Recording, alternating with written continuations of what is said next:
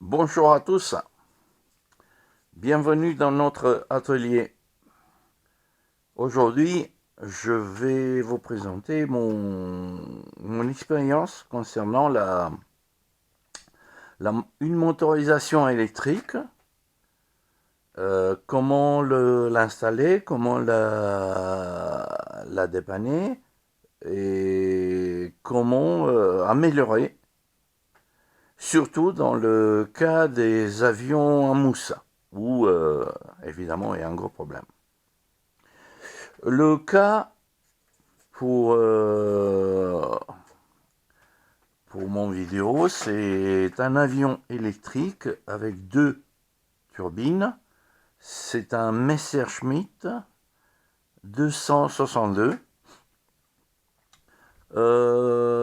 acheté d'occasion. Il a vécu pas mal. L'ancien propriétaire, il a fait des modifications.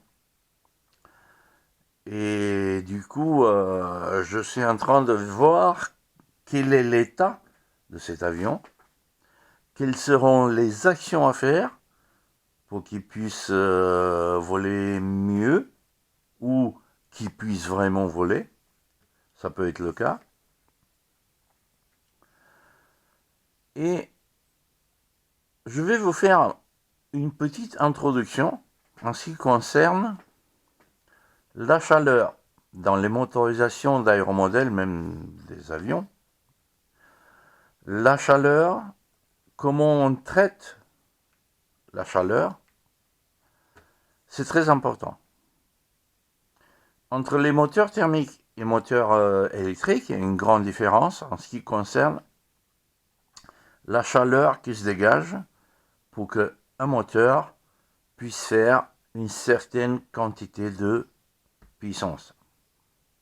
Je vais prendre par exemple un moteur thermique de 1000 watts ou 736 chevaux. Non, je vais prendre 766 65 watts,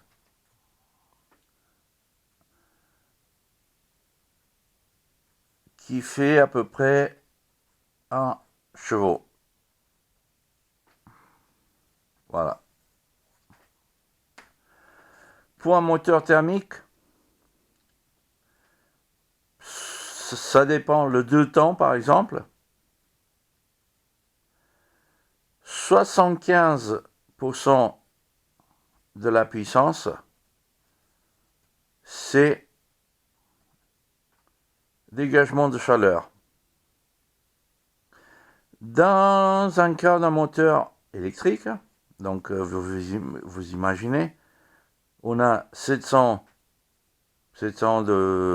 watts, disons, et qui représente 25% utile, 1 chevaux utile, et le reste, c'est un dégagement de chaleur de presque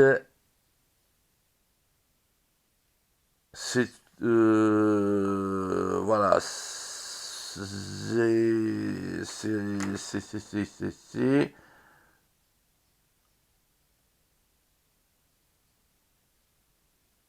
3 fois 4, même 4, 3 fois ça, ça fait 2 kW, 2000 watts, à peu près 2000 watts. On va regarder plus exactement.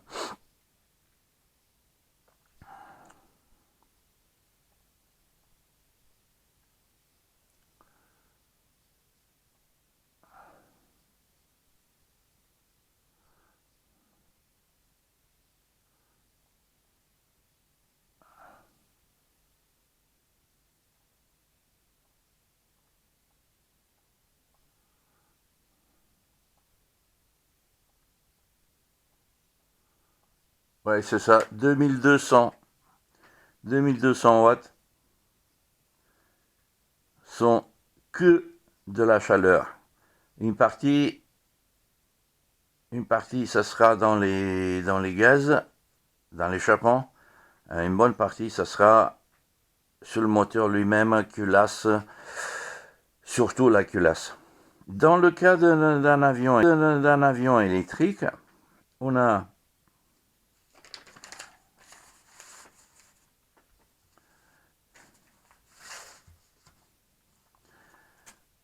notre système, on a batterie,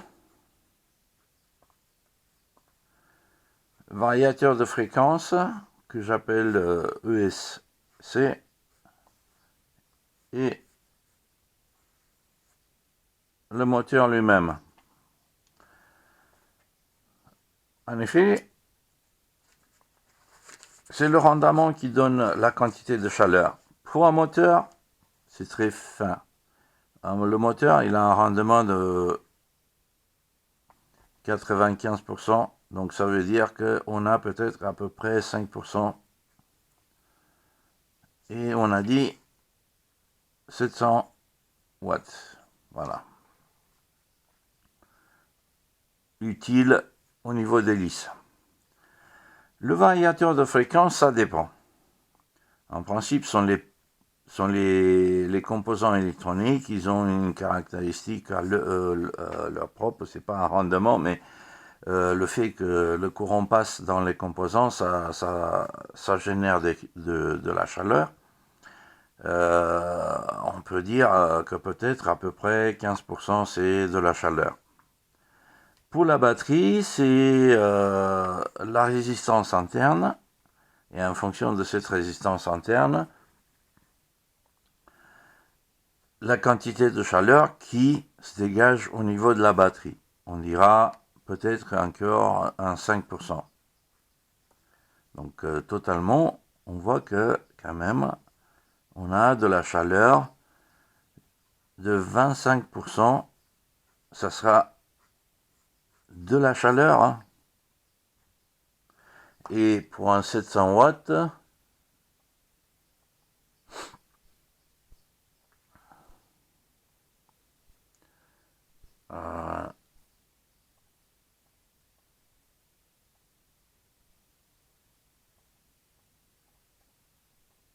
ça nous fait 233 watts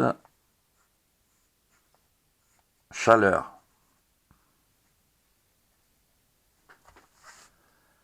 Quand même, vous pensez, si vous vous rappelez, une ampoule de 100 watts, oh, ça, elle quand même donne de la lumière. Bon, revenons. Donc, toutes ces chaleurs, il faut la dégager. Si on met la chaleur dans une boîte complètement formée, et la chaleur, elle ne peut pas sortir par la mousse, doucement, la température va augmenter jusqu'à ce que les composants, ils vont cramer carrément. Ça vous est arrivé, je suis convaincu, vous avez eu l'occasion de voir un servomoteur ou des pièces qui sont cramées. Dans notre cas, je vais faire l'analyse du fabricant. Qu'est-ce qu'il a fait le fabricant? Comment il a pensé de dégager cette chaleur? Pour les moteurs, c'est évident. Il n'y a pas de souci. La chaleur qui se dégage, ici, tout est en métal. Le courant d'air qui passe va dégager amplement la chaleur de ce moteur. Par contre, pour le reste, c'est vraiment le pire choix que un constructeur l'aurait pu faire. C'est-à-dire, il a, je m'excuse, ce ne sont pas les variateurs d'origine, mais il y avait pareil deux variateurs. Et vous verrez pourquoi. Ils ont été changés. Il a choisi de mettre ça à l'intérieur de fuselage. Les variateurs sont la deuxième partie qui dégage de la chaleur. Et par contre, à l'intérieur du fuselage,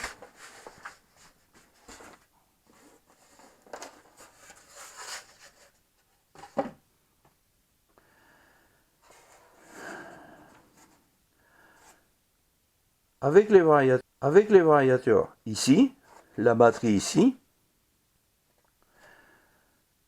comment il a pensé de dégager? Il a pensé de façon qu'il n'a pas pensé. La batterie, elle a été complètement fermée dans cet espace, il n'y a pas de circulation d'air. Et même si on a une ouverture, et pour les deux variateurs, on a peut-être l'air qui rentre par ici, qui passe en dessous, qui passe par ici, et qui était censé de sortir sur un très petit trou de même pas cette taille à l'arrière. Dans l'aéromodélisme, il faut garder une bonne chiffre, c'est le 5, entre 3 et 5, quand il s'agit de refroidir.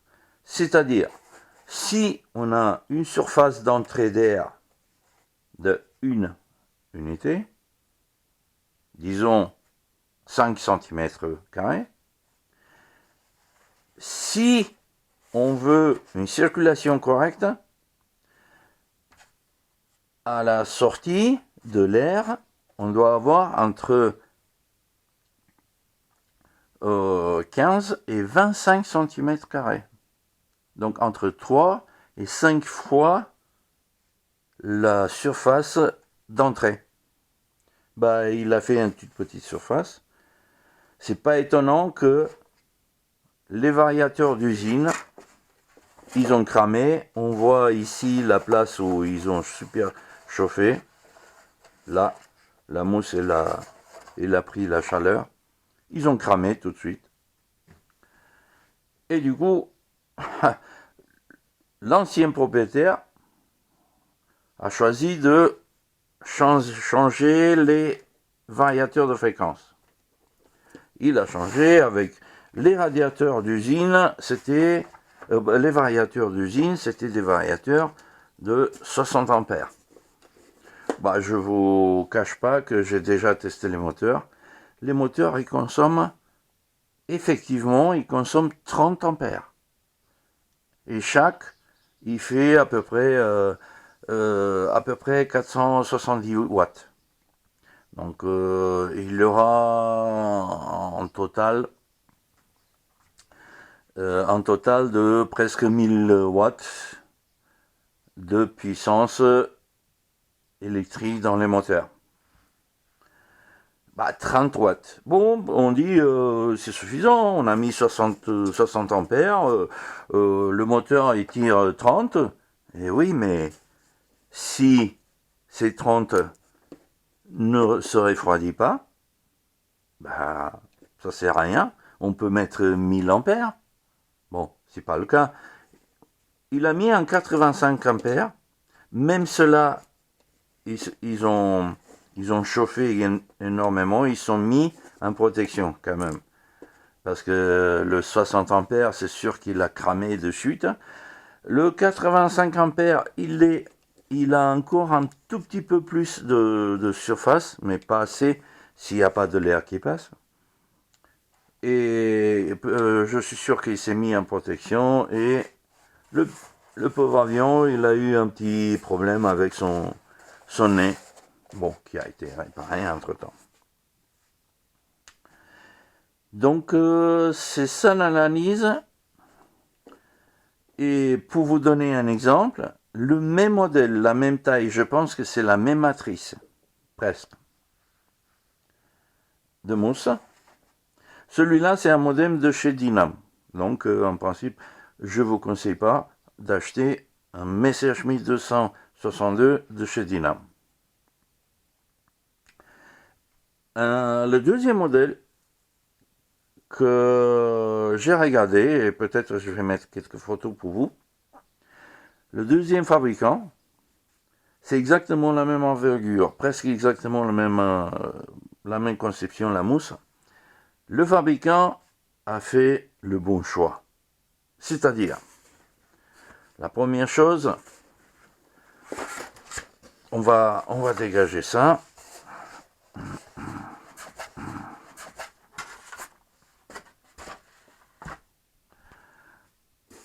On va revenir de ce côté.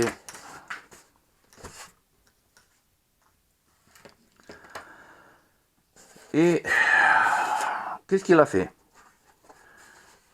Bon, la première chose, c'est que il a choisi de mettre les variateurs ici avec une grille de refroidissement.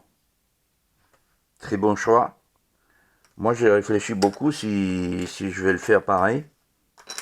Malheureusement, celui-là, il permet pas. On a des renforcements, on a n'importe... Et la structure, elle n'est pas assez solide. Le deuxième chose, c'était de mettre une aspiration supplémentaire pour la turbine. Pourquoi? Parce qu'en effet, une turbine d'air, elle fait que bouger. Et rajoute pas de... C'est la masse de gaz qui pousse l'avion.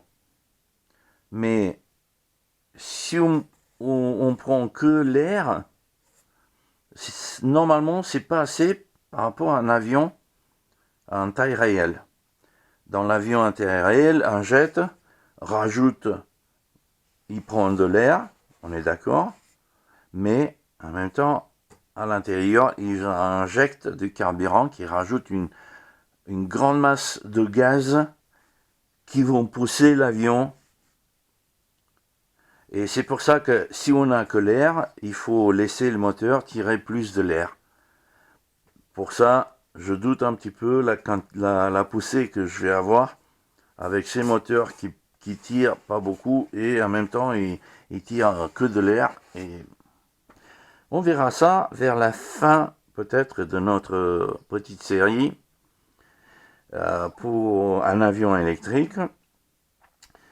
Donc on va considérer celui-là, l'inspection, le constat et la réflexion. Et on va continuer. On va continuer avec les actions à faire dans notre cas, ou ça peut être dans votre cas, ça sera un projet personnel, ou même dans les avions qu'on trouve en ce moment. C'est bien d'analyser et de voir que les choses soient correctes. Donc je vais finir ma vidéo ici. J'espère que vous auriez le temps et le plaisir de suivre toute cette série. Et en même temps, je vous remercie d'abord pour votre pouce et votre abonnement si vous voulez continuer cette aventure. Merci et à la prochaine.